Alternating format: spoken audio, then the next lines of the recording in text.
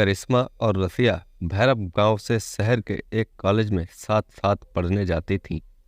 साथ साथ रहने से उन दोनों में गहरी दोस्ती हो गई थी। उनका एक दूसरे के घरों में आना जाना भी शुरू हो गया था। करिश्मा के छोटे भाई अजीत ने रसिया को पहली बार देखा तो उसकी खूबसूरती को देखता ही रह गया। रसिया के कसे हुए उभार, सांचे में ढला बदन और रस भरे गुलाबी होंठ मदहोश करने वाले थे। रसिया ने एक दिन महसूस किया कि कोई लड़का छिप छिप कर उसे देखता है। उसने करिश्मा से पूछा, वह लड़का कौन है जो मुझे घूरता है? वह कहकर करिश्मा हंसी और बोली, वह तो मेरा छोटा भाई अजीत है। तुम इतनी खूबसूरत हो कि तुम्हें कोई भी देखता रह जाए।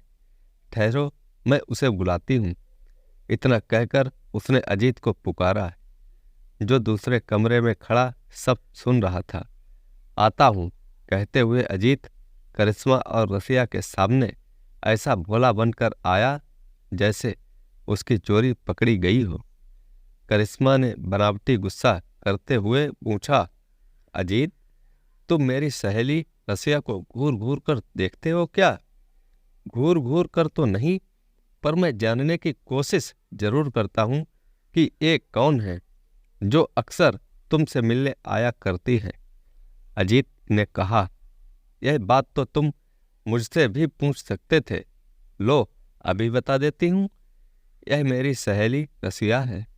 रसिया बड़ा प्यारा नाम है, अजीत ने मुस्कुराते हुए कहा। तो करिश्मा ने रसिया से अपने भाई का परिचय कराते हुए कहा, रसिया, यह मेरा छोटा भाई अजीत है। इसे अच्छी तरह पहचान लो, फिर ना कहना कि तुम्हें घूर रहा था। ओहो अजीत, मैं हूँ रसिया। क्या तुम मुझसे दोस्ती करोगे? रसिया ने पूछा। क्यों नहीं, क्यों नहीं, कहते हुए अजीत ने जोश के साथ अपना हाथ उसकी ओर बढ़ाया। रसिया ने उससे हाथ मिलाते हुए कहा, अजीत, तुमसे मिलकर खुशी हुई। वैसे तुम करते क्या हो? मैं कॉलेज में पढ़ता हूँ।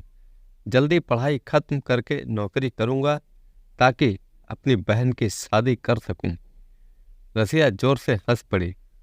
उसके हंसने से उसके उभार कांपने लगे। यह देखकर अजीत के दिल की धड़कनें बढ़ गईं। तभी रसिया ने कहा, वाह अजीत वाह, तुम तो जरूरत से ज्यादा ही समझदार हो गए हो। सिर्फ बहन की शादी करने का इरादा है या अपनी भी शादी करोगे? अपनी भी शादी कर लूँगा अगर तुम्हारी जैसी खूबसूरत लड़की मिली तो, कहते हुए अजीत वहाँ से चला गया। रात में जब अजीत अपने बिस्तर पर लेटा तो रसिया के ख्यालों में खोने लगा। उसे बार बार रसिया के दोनों उभार कांपते दिखाई दे रहे थे। वह सिहर उठा। 2 दिन बाद अजीत रसिया से फिर अपने घर पर मिला।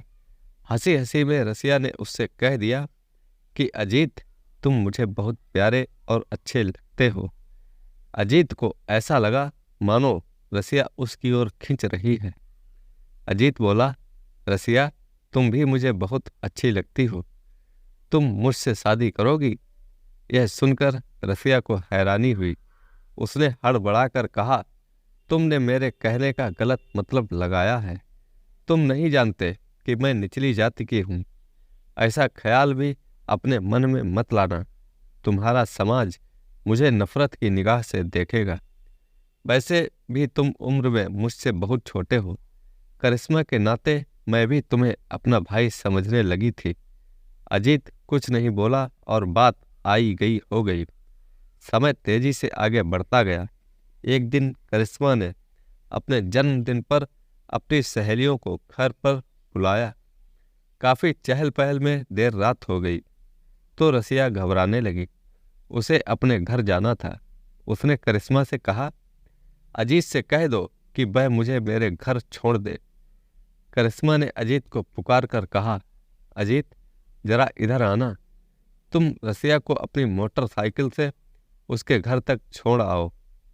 आसमान में बादल घिर आए हैं, तेज बारिश हो सकती है। इनसे कह दो कि रात को यहीं रुक जाएं। अजीत ने सुझाया। नहीं नहीं, ऐसा नहीं हो सकता, मेरे घर वाले परेशान होंगे। अगर तुम नहीं चल सकते तो मैं अकेले ही चली जाऊंगी, रसिया ने कहा।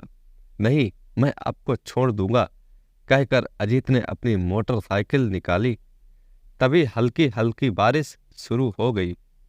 कुछ फासला पार करने पर तूफानी हवा के साथ खूब तेज बारिश और ओले गिरने लगे। ठंड भी बढ़ गई थी। रसिया ने कहा, अजीत, तेज बारिश हो रही है, क्यों ना हम लोग कुछ देर के लिए किसी महफूज जगह पर रुककर बारिश के बंद होने का इंतजार कर लें। तुम्हारा कहना सही है रसिया, अगर आगे कोई जगह मिल जाएगी तो जरूर रुकेंगे। बिजली की चमक में अजीत को एक सुनसान झोपड़ी दिखाई दी। अजीत ने वहां पहुंचकर मोटरसाइकिल रोकी और दोनों झोपड़ी के अंदर चले गए। अजीत की नज़र रसिया के भीगे कपड़ों पर पड़ी।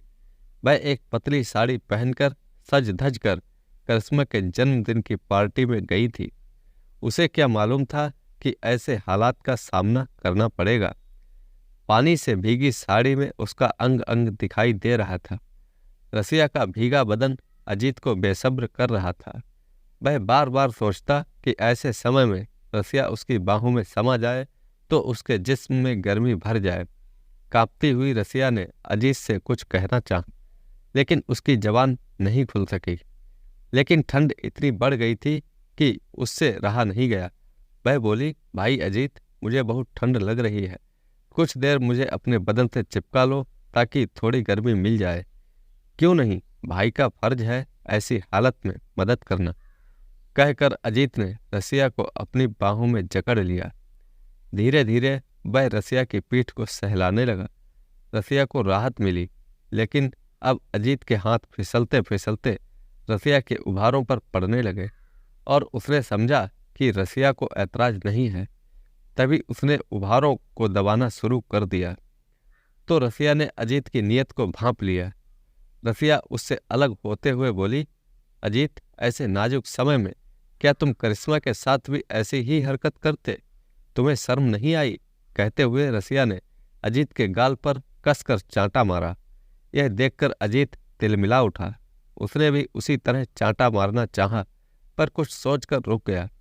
उसने करिश्मा की पीठ सहलाते हुए जो सपने देखे थे वे उसके वहम थे। रसिया उसे बिल्कुल नहीं चाहती थी। जल्दबाजी में उसने सारा खेल ही खत्म कर दिया। अगर रसिया ने उसकी शिकायत करिश्मा से कर दी तो गड़बड़ हो जाएगी। अजीत झट से शर्मिंदगी दिखाते हुए बोला, रसिया, मुझे माफ़ कर दो, मेरी शिकायत करिश्मा से मत करना। ठीक है, नहीं करूँगी, लेकिन इस शर्त पर कि तुम यह सब बिल्कुल भूल जाओगे। रसिया ने कहा, जरूर जरूर, दोबारा मैं ऐसा नहीं करूँगा। मैंने समझा था कि दूसरी निचली जाति की लड़कियों की तरह शायद तुम भी कहीं दिल फेंक ना हो। तुम्हारे जैसे बड़े लोग ही हम निचली जाति की लड़कियों से गलत फायदा उठाने की कोशिश करते हैं। सभी लड़कियां कमज़ोर नहीं होती। अब यहाँ रुकना ठीक नहीं है। बारिश भी कम हो गई है, अब हमें चलना चाहिए, रसिया ने कहा।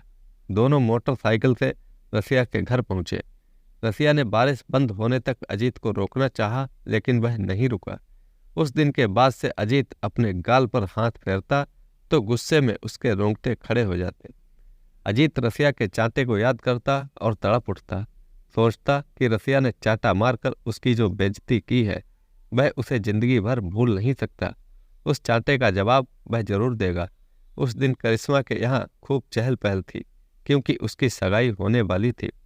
उसकी सहेलियां नाचने गाने में मस्त थी। रसिया भी उस जश्न में शामिल थी, क्योंकि वह करिश्मा की खास सहेली जो थी। वह खूब सज धज कर आई थी। अजीत भी लड़कियों के साथ नाचने लगा। उसकी नज़र जब रसिया से टकराई तो दोनों मुस्कुरा दिए। अजीत ने उसी समय मौके का फायदा उठाना चाहा। अजीत ने झूमते हुए आगे बढ़कर रसिया की कमर में हाथ डाला और अपनी बाहों में कस लिया। फिर उसके गालों को ऐसे चूमा कि उसके दांतों के निशान रसिया के गालों पर पड़ गए। यह देखकर रसिया तिलमिला उठी और धक्का देकर उसकी बाहों से अलग हो गई। रसिया ने उसके गाल पर कई चांटे रसीद कर दिए। जश्न में खलबली मच गई। पहले तो लोग समझ ही नहीं पाए कि माजरा क्या है, लेकिन तुरंत रसिया की कठोर आवाज़ गूंजी, अजीत, तुमने आज इस भरी महफिल में केवल मेरा ही नहीं बल्कि अपनी बहन और सगे संबंधियों की बेइज्जती की है। मैं तुम पर थूकती हूँ। मैं सोचती थी कि शायद तुम उस दिन के चांटे को भूल गए हो, पर मुझे ऐसा लगता है कि तुम यही हरकतें अपनी बहन करिश्मा के साथ भी करते होगे। अगर मैं जानती कि तुम्हारे दिलों में बहनों की इस तरह इज्जत की जाती है तो यहाँ कभी ना आती। रसिया ने करिश्मा के पास जाकर उस रात की घटना के बारे में बताया और यह भी बताया कि अजीत ने उससे भविष्य में ऐसा ना होने के लिए माफ़ी भी मांगी थी। करिश्मा का सिर शर्म से झुक गया, उसकी आंखों से आंसू गिर पड़े। करिश्मा की दूसरी सहेलियों ने भी अजीत की थू थू की और वहां से बिना कुछ खाए रसिया के साथ वापस चली गईं। नासमझ अजीत ने रसिया को जलील नहीं किया था, बल्कि अपने परिवार की बेइज्जती की थी। तो दोस्तों, कैसी लगी ये कहानी? लाइक करें, कमेंट में बताएं और चैनल को सब्सक्राइब करना ना भूलें। धन्यवाद।